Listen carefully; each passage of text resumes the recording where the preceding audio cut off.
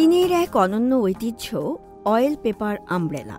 এই ধরনের ছাতা কারুশিল্পের অবৈশ্বিক ঐতিহ্যের তালিকায় রয়েছে। পূর্ব চীনের চিয়াংসি প্রদেশের ইউয়ান কাউন্টির চিয়ালু গ্রাম।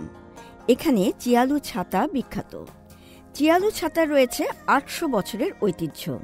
২০২১ সালে চীনের অবৈশ্বিক সাংস্কৃতিক ঐতিহ্যের তালিকায় বিশেষভাবে জায়গা করে নেয় চিয়ালু ছাতা। বাঁশের কঞ্চি দিয়ে তৈরি করা হয় ছাতার কাঠামো, তৈলাক্ত কাগজ দিয়ে তৈরি হয় আবরণ, রোদ থেকে বাঁচতে তৈরি হয় এ ধরনের ছাতা। আধুনিক শিল্পের দাপটে এই কারুশিল্প হারিয়ে যেতে বসেছিল, তবে ঐতিহ্যের ধারকরা এটিকে ধরে রাখছেন এবং নতুন প্রজন্মের কাছে পৌঁছে দিচ্ছেন।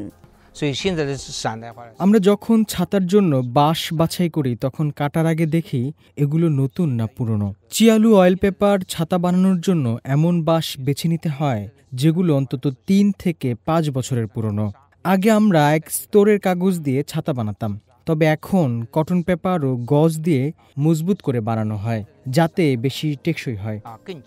১৯৯০ সালে চিয়ালু গ্রামের বাসিন্দা তাই কেনশেং চিয়ালু অয়েল পেপার আমব্রেলা কারখানা খোলেন। এই কারুশিল্পের ধারাকে বাঁচিয়ে রাখার জন্যই তার এই প্রচেষ্টা।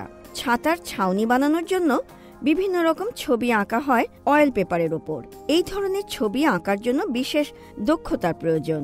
মেশিনে এই ছাতা বানানো সম্ভব নয়, কারণ ছবিগুলোতে ফুটে ওঠে শিল্পীর ভালো লাগার অনুভূতি।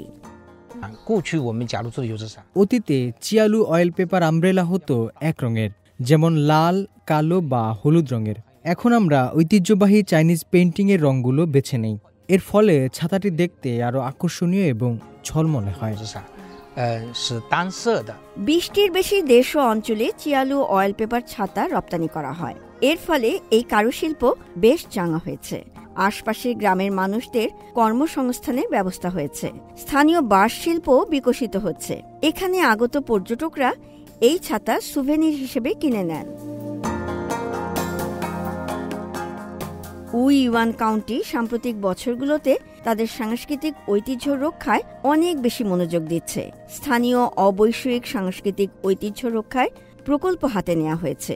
ইনহেরিটেডদের জন্য প্রশিক্ষণের ব্যবস্থাও করছে। চিয়ালু অয়েল পেপার আমব্রেলার ঐতিহ্যকে আন্তর্জাতিক অঙ্গনে এবং নতুন প্রজন্মের কাছে পৌঁছে দেওয়ার জন্য কাজ চলছে ভালোভাবেই। শান্তা মারিয়া, সিএমজি বাংলা।